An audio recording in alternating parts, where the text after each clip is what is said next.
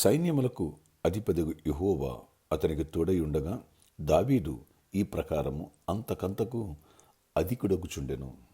మొదటి దినవృత్తాంతములు 11వ అధ్యాయము 9వ వచనం. Praise Jesus. ఈరోజు జూలై 22 ట్యూస్డే. Good morning. పరలోకనేశ్వర సంఘబిడ్డలందరికీ, ఆత్మీయులకు, దైవజనులకు, ఇతర రాష్ట్రాల దేశాల మన ప్రియులందరికీ కృపాక్షేమములు సమృద్ధిగా విస్తరించునుగాక.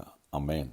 ఫ్రెండ్స్, దావీదు యథార్థ హృదయంతో దేవుడిని అడుగులు వేసే మనసు కలిగినవాడు, యథార్థంగా దేవుడిని ఆరాధించేవాడు, సితారాతో పాటలు పాడుతూ ప్రభుని స్తుతించేవాడు. అరణ్యంలో అతన్ని వెతుక్కుంటూ దేవుడు వెళ్ళాడు.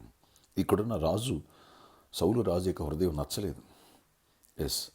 అతని హృదయం నచ్చింది, అతని మనస్తత్వం నచ్చింది. దేవుడంటే పిచ్చి ప్రేమ, దేవుణ్ణి మహింపరచాలి, గణపరచాలి, దేవునికి నమ్మకంగా ఉండాలనే మనసు అతనిలో ఉంది. కాబట్టి దేవుణ్ణి ఆకర్షించగలిగాడు. ఎప్పుడైతే దేవుణ్ణి ఆకర్షించాడో దేవుడు తోడై ఉన్నాడు.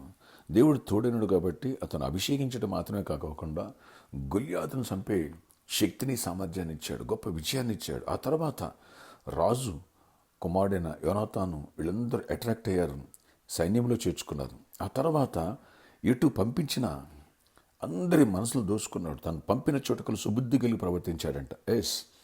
నువ్వు ఎప్పుడైతే దేవుణ్ణి ఆకర్షిస్తావో మనుషులు నీకు ఆకర్షింపడతారు. జ్ఞానం, వివేకం గల హృదయాన్ని దేవుడు ఇస్తాడు. నీ శత్రువులను కూడా మిత్రులుగా తయారు చేస్తాడు. అన్నిట్లో దేవుడు హెచ్చిస్తాడు. అంతకంతకు ప్రబలాడట, అంతకంతకు వర్ధిలాడట, అంతకంతకు అదుగుడయ్యాడట. అందుకనే బిడ్డలారా, ఒక్క సత్యాన్ని గ్రహించి, బైబిల్లో అనేక మంది భక్తులు దేవుణ్ణి ఆకర్షించే భక్తి చేశారు. నువ్వు ప్రభువు నమ్మావు, కానీ దేవుణ్ణి ఆకర్షించే భక్తి చేయట్లే. నువ్వు అనుకున్న భక్తి చేస్తున్నావు. నీకు ఇష్టమైతే ఆరాధనకు వస్తావు, కష్టమైతే మానేస్తావు. ఆరాధనకు వచ్చి జస్ట్ పార్ట్ టైం ఎంప్లాయీ లాగా జస్ట్ ఏదో ఆ పని ముగించుకుని వెళ్ళిపో, తర్వాత ఈ కంపెనీ నాకు సంబంధం లేదు, నా జీతం నాకు పడేసారు అన్నట్టుగా ఉండకూడదు. ఎప్పుడైతే నువ్వు సేవ అయినా, పరిచర్య అయినా సరే, సువార్త అయినా, ఏదైనా సరే హోల్ హార్టెడ్గా దేవుడు నీ ఆరాధనలో ఆనందిస్తున్నారా, దేవుడు నీ యందు సంతోషిస్తున్నారా, దేవునికి ఇష్టమైన మనసు నువ్వు పెంచుకున్నావా, ఆయనకు అయిష్టమైన వాటిని పక్కన పెట్టేశావా? ఎప్పుడైతే యథార్థ హృదయం కలిగి ఆయన వెతుకువారు కలరేమోనని ఆయన పరిశీలన చేస్తున్న రాయబడింది. యథార్థ హృదయం ఆయన ఎప్పుడు తోడై ఉంటాడు, అద్భుతాలు చేస్తాడని వాక్యం రాయబడింది. ఈ విషయాలు ఎప్పుడైతే నువ్వు గమనిస్తావో ఇప్పుడైనా సరే నీ హృదయాన్ని దేవునికి ఇష్టంగా మార్చుకో. దేవుడికి సంఘం అంటే ప్రాణం, ప్రేమ. సంఘం కోసం ప్రాణం పెట్టాడు, సంఘం కోసం వచ్చారు, సంఘం కూడా మళ్ళీ వస్తారు. కనుక ఈ సంఘం ఎత్తబడిన తర్వాత ఈ భూమిని, ఆకాశాన్ని తీసేస్తారు. అది ప్రకటన రాయబడిన మాటలు. కాబట్టి సంఘాన్ని ప్రేమించు, సంఘం యొక్క అభివృద్ధి కొరకు నువ్వు ప్రార్థించు, అనేకమైన ఆత్మలను నడిపించు. అంతేకాదు అన్ని విషయాల్లో దేవునికి ఇష్టంగా అడుగులు వేయి. దేవుడు నువ్వు ఆకర్షిస్తావు. నీ అభివృద్ధి మామూలుగా ఉండదు, నీ దీవెన మామూలుగా ఉండదు. మొదటి నీ అభివృద్ధి కొంచెం ఉన్నాను, తొదొక మహాభివృద్ధి చెందుతావు. చిన్న జాబ్ అయినా సరే ఓ రోజుకి పెద్ద స్థాయికి వెళ్ళిపోతావు. చిన్న బిజినెస్ అయినా సరే, చిన్న మేఘం పెద్ద వర్షం కురుస్తుందని రాయబడి ఉంటుంది మొదటి రాజులు 19వ అధ్యాయంలో. అలా దేవుడిని బ్లెస్ చేస్తాడు, గొప్ప కార్యాలు చేస్తారు. ఈరోజు దేవుడు నీ హృదయాన్ని చూస్తున్నారు.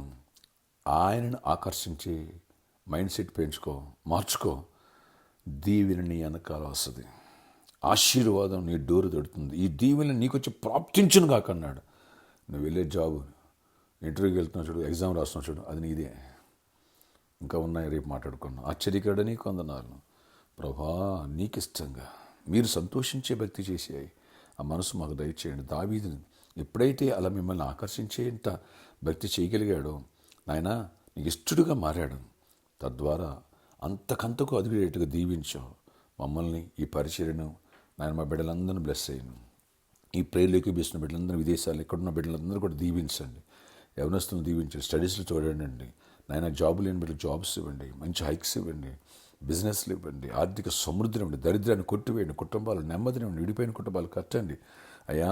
పెళ్లి కాని పెళ్ళి అవ్వాలి, గర్భాలు బిడ్డలు గర్భాలు పొందాలి, దీవెన పొందాలి. శత్రువుల చేత భయంతో ఉన్న వాళ్ళకి సమాధానం ఏర్పడి మిమ్మల్ని ఆకర్షిస్తే మనుషులు కూడా మమ్మల్ని ప్రభా మాకు ఆకర్షింపడతారు కదా ప్రభా. కృప దయచేసి జయమునిచ్చి ఆశీర్వదించి మహిమ చెందండి.